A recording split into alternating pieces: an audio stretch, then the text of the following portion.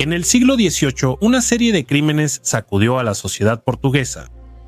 Una joven de 22 años habría matado a decenas de bebés huérfanos dejados en la rueda de expósitos de Coimbra, y ella habría hecho todo eso de las formas más brutales posibles, convirtiéndose en la última mujer condenada a muertes en una investigación que conmocionó a Portugal. Pero ¿por qué hacía todo eso? ¿Qué fallas del sistema de la rueda explotó ella? ¿Qué error provocó que la descubrieran y casi le evitara la pena de muerte por un detalle legal? Hoy hablaremos sobre Luisa de Jesús, la monstruo de la rueda, y los crímenes que impactaron a Portugal. Antes de comenzar el video, si te gusta nuestro contenido, hazte miembro del canal. Tendrás acceso a nuestro grupo y contenidos exclusivos, además de clases en vivo para profundizar en la historia. Luisa de Jesús nació en 1748, hija de Manuel Ruiz y Mariana Ruiz, que eran primos directos. En esa época las personas de baja condición social muchas veces no ponían el mismo apellido a sus hijos, ya que la ley no lo exigía, y así, Luisa, a pesar del apellido Ruiz, era llamada solo de Jesús. Ella era recovera, persona que llevaba encargos y mensajes entre ciudades y localidades. Y la profesión de Luisa la pondría por encima de cualquier sospecha por los actos que cometería. Viviendo como una persona pobre y joven de Coimbra, ella descubre una forma fácil y extraña de ganar dinero: la rueda de los expuestos. Esa rueda, surgida en la Edad Media, tuvo una enorme popularidad en Portugal como una forma de combatir el infanticidio, y siempre estaba anexa a algunas santas casas de misericordia. Siempre que un niño nacía de una relación extramatrimonial o ilícita, a menudo era difícil para una mujer quedarse con el fruto de esa relación consigo misma, por recordar siempre una traición.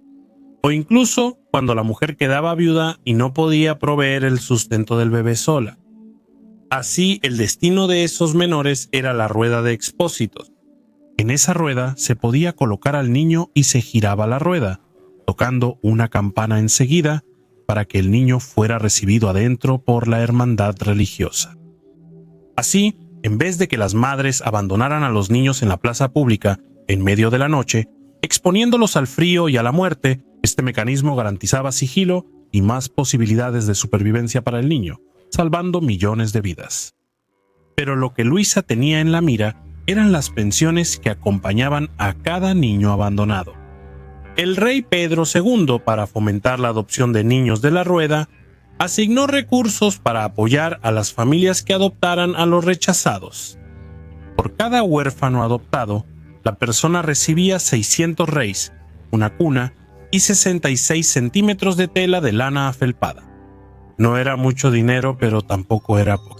600 reis era el equivalente, por ejemplo, al 40% del salario de un mes de una joven de cocina del Hospital Real.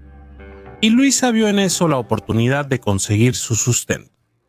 De este modo, la joven Luisa durante varios días fue a la rueda para recoger bebés. Y como trabajaba como carretonera, decía que iba a entregarlos a otras familias.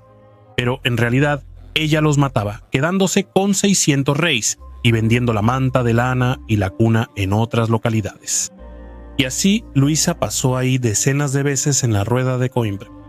Y un día ella levantó muchas sospechas cuando pidió llevarse 2 niños de una sola vez. Pero como ya era conocida por los empleados, se lo se lo concedieron. Nadie volvió a ver a los bebés que Luisa llevaba y nadie sospechaba hasta que el suelo empezó a hablar. Angélica María, una empleada, caminaba por el monte Arroyo cerca de la Santa Casa cuando tropezó con el cuerpo de un bebé en una tumba poco profunda. Y como el niño no había muerto hacía mucho tiempo, ella reconoció que ese bebé era uno de los entregados a Luisa y que todavía tenía un nudo atado en el cuello. Fue entonces cuando comenzaron las investigaciones. Los registros identificaron 34 bebés entregados a la misma mujer. Y después de iniciar las excavaciones en el lugar, se encontraron 15 cadáveres de bebés huérfanos enterrados en ese monte. Luisa fue arrestada de inmediato y confesó haber matado a algunos bebés, pero no a todos los que había recogido. Fue entonces cuando el juez, sin creer lo que ella dijo, ordenó que se investigara en la casa de Luisa, y ahí lo que encontraron terminó de escandalizar al país. En la casa de Luisa se encontraron vasijas de barro con una gran cantidad de pequeños miembros guardados. Luisa guardaba los miembros de sus víctimas en vasijas de barro, en su casa y debajo de algunas pajas. Y las cabezas a su vez fueron encontradas cerca y enterradas alrededor de la casa. Y por el estado de descomposición más avanzado que los cadáveres del Monte Arroyo, se indica que las primeras víctimas de Luisa eran aquellas desmembradas y enterradas cerca de su casa. Pero cuando empezó a hacer esto de forma más habitual y constante, con el tiempo se volvió menos cautelosa. Empezó a asfixiarlas y enterrarlas en fosas poco profundas, incluso cerca del lugar de la rueda, para poder disfrutar del dinero lo antes posible. Luisa así valoraba el costo-beneficio.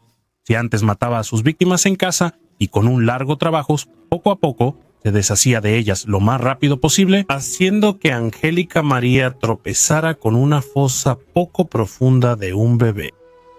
Y la prisa y confianza de Luisa llega al punto de que ella pide 2 huérfanos al mismo tiempo.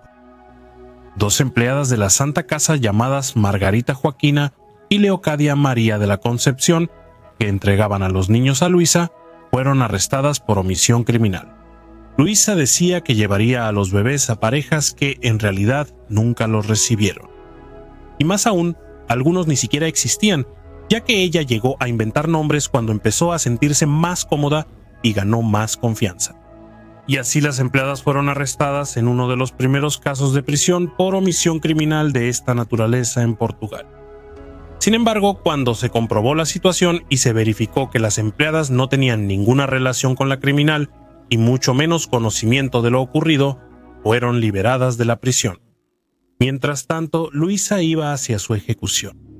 La defensa de Luisa, sin embargo, tenía un as bajo la manga, alegando que ella era menor de edad, ya que la mayoría de edad penal para las mujeres era de solo 25 años. Así, legalmente, ella no podía ser condenada a muerte, pero eso no fue tomado en cuenta por el tribunal. Considerando la naturaleza cruel de las muertes, la habitualidad y la frialdad de la autora, el tribunal entendió que ella perpetuó conductas de naturaleza monstruosa y deliberada, lo opuesto a cualquier inocencia de la minoría de edad. Y así se dio el veredicto. Luisa fue condenada a la pena de muerte y a la humillación pública. No solo sería ejecutada, sino que antes sería expuesta como un monstruo.